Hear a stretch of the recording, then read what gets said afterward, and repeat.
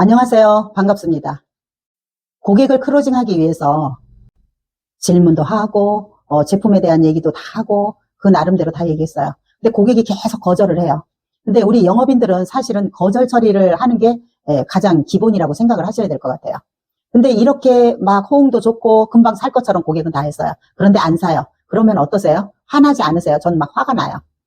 왜 안 사는 거야 도대체? 막 그러면서 옛날에는 제가 굉장히 조용하고 인내심도 많고 그랬는데 이게 나이가 먹다가 보니까 약간 좀 중성화가 돼가지고 성질이 좀 급해지더라고요.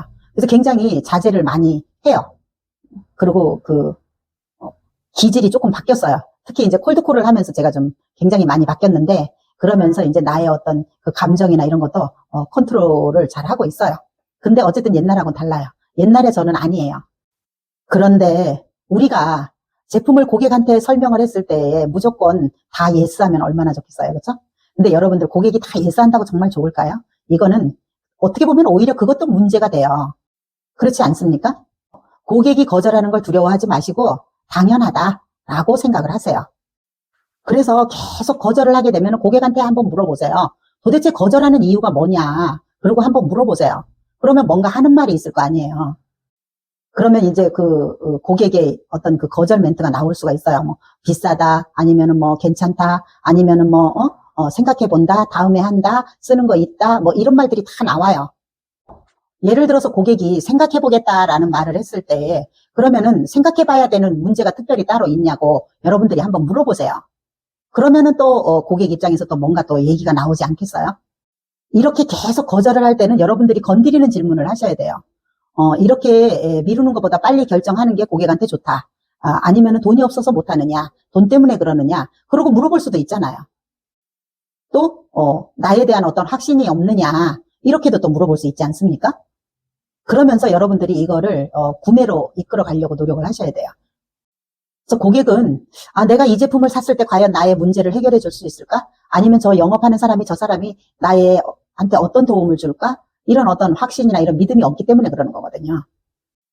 또 이제 내가 돈을 쓰는데 내가 이 제품을 사가지고 나의 문제가 해결되지 않으면은 나는 또 리스크를 떠안아야 되잖아요. 그래서 고객들은 너무나 많이 속은 거예요. 그러다가 보니까 자꾸 이제 의심이 되는 거죠. 그래서 영업인이라고 하면은 결국은 고객한테 확신을 심어주는 게 굉장히 중요해요. 그래서 여러분들이 고객 앞에 설 때는 항상 당당하고 비록 지금 당장 클로징이 안 된다 해도 여러분들은요 확신 있게 얘기를 해야 돼요.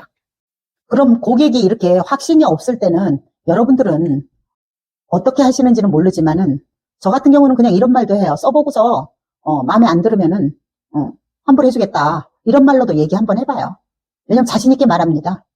인셀덤을 쓰면은 안 변할 수가 없거든요. 그 대신 이제 거기에다가 제가 전문가니까 제가 시키는 대로 일단 써보셔라. 그리고 안 변하면 그냥 반품하셔도 된다. 이렇게 얘기합니다.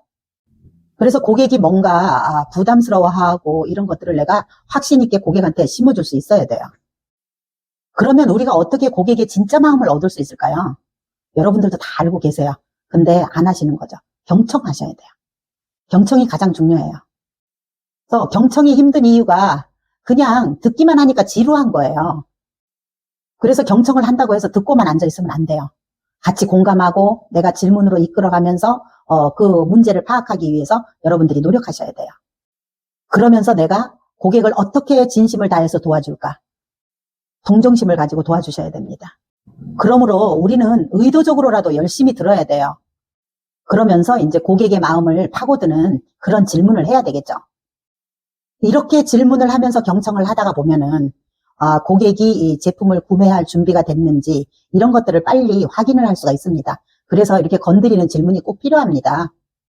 내가 이렇게 올바른 질문을 할 때에 고객과 나와의 시간을 전략을 해주는 거죠. 거기서 무조건 고객한테 가가지고 오래 앉아 있는다고 해서 그 고객이 내 제품을 사주는 거 아니에요. 그래서 이렇게 클로징을 하고 질문도 하고 했는데 결과가 없으면은 얼른 나오셔야죠. 거절은 굉장히 당연해요. 근데 이 세상의 사람들은 다 문제를 가지고 있습니다. 근데 고객들은 누군가 이런 문제들을 해결해 줄 그런 사람들을 기다린다는 거죠. 저는 그래서 늘 내가 나이가 먹으면 무엇을 할까 이렇게 생각을 하다가 인셀덤을 만나서 여기까지 왔지만 영업의 초보이기는 하지만은 어떻게 보면은 상당히 이 성장할 수 있는 게 또 영업이기도 하고 돈을 벌 수 있는 게 영업이라는 거죠. 영업은 다시 말하면 고객의 마음을 얻는 거예요. 그래서 고객의 마음을 얻기 위해서는 어떻게 해요? 내가 바라면 안 돼요. 먼저 주세요. 영업의 본질을 잃지 말고 여러분들이 투명하게 영업을 하셔야 돼요. 그러다가 보면은 여러분들이 많은 돈을 벌 수 있다고 저는 생각을 합니다. 그리고 욕심 부리지 마세요. 고객의 문제를 해결해주고 그 대가를 바라셔야죠. 문제 해결도 안 해주고 내 주머니를 채우기 위해서 여러분들 영업하시면 안 됩니다. 그래서 다시 말하면은 내가 영업을 해서 돈을 많이 번다는 얘기는 그만큼 내가 고객들의 문제를 해결해 줬다는 얘기예요.